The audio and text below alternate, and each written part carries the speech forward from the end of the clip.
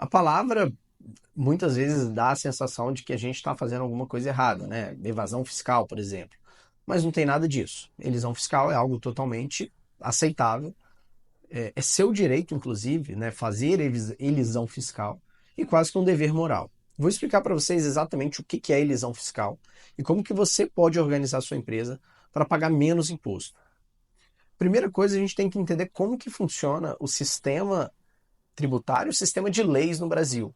A gente vive numa democracia e como democracia, né, nós escolhemos os nossos deputados e senadores e eles têm o direito e o dever de escrever a lei. O problema é que, geralmente, quando o Congresso escreve uma lei para cobrar impostos excessivos, né, das pessoas e das empresas.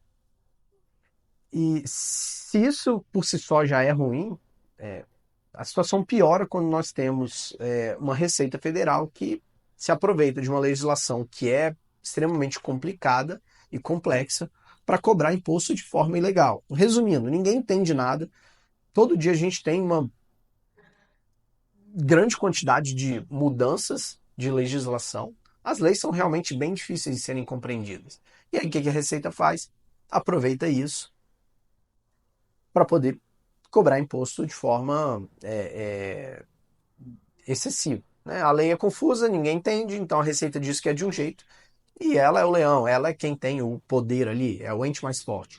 Então ela vai, coloca medo em você, que é empresário, e te obriga a pagar imposto que, pela lei, você não deveria pagar. Então a gente tem o seguinte cenário, cenário péssimo.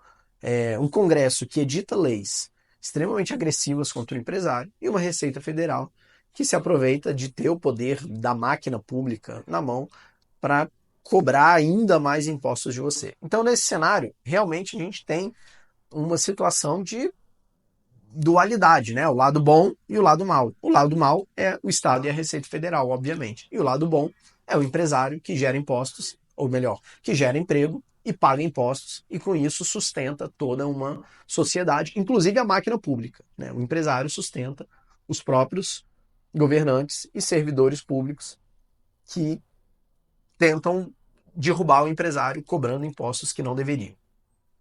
Bem, nesse cenário, então, a gente precisa, né, como empresário, se defender. A gente tem que proteger a nossa empresa. Afinal, né, não é apenas o nosso bolso. A gente está falando do bolso de, muitas vezes, centenas de famílias que nós, como empresários, empregamos e ajudamos a economia a ser melhor, vamos dizer assim.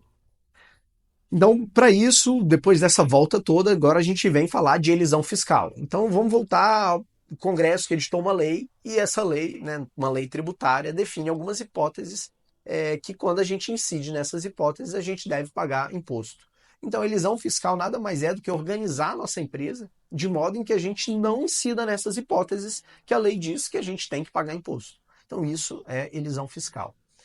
Então, a elisão fiscal, e eu agora posso usar a palavra, ou melhor, a expressão planejamento tributário, é toda uma estratégia pensada de estrutura da empresa para que a gente pague o mínimo possível de imposto. Como eu falei, além de um direito, eu acho que isso é um dever de cada cidadão, de cada empresa, não entregar de mão beijada para a Receita Federal tudo que ela quer.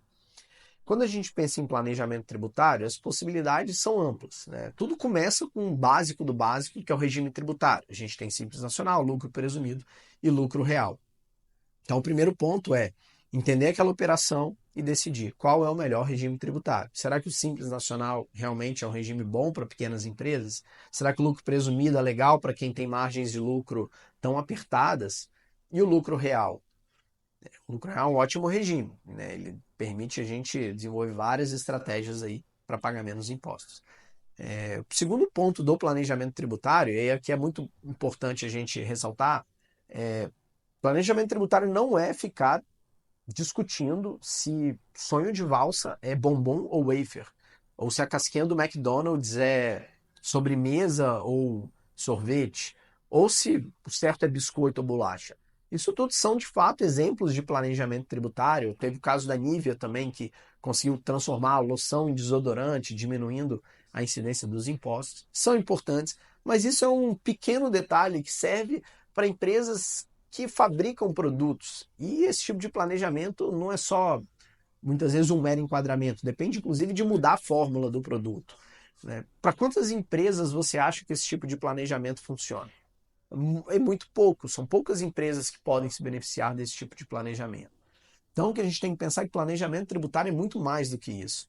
Planejamento tributário vai desde a gente entender a estrutura logística da empresa, matriz filial, onde colocar a empresa, por exemplo, para importadores, por onde importar, quais são os melhores estados para trazer as mercadorias, aonde colocar CDs, identificar incentivos fiscais que são úteis para a empresa, que vão de fato reduzir a carga tributária de ICMS, ou incentivos federais, inclusive, que vão incentivar IPI, imposto de renda, etc.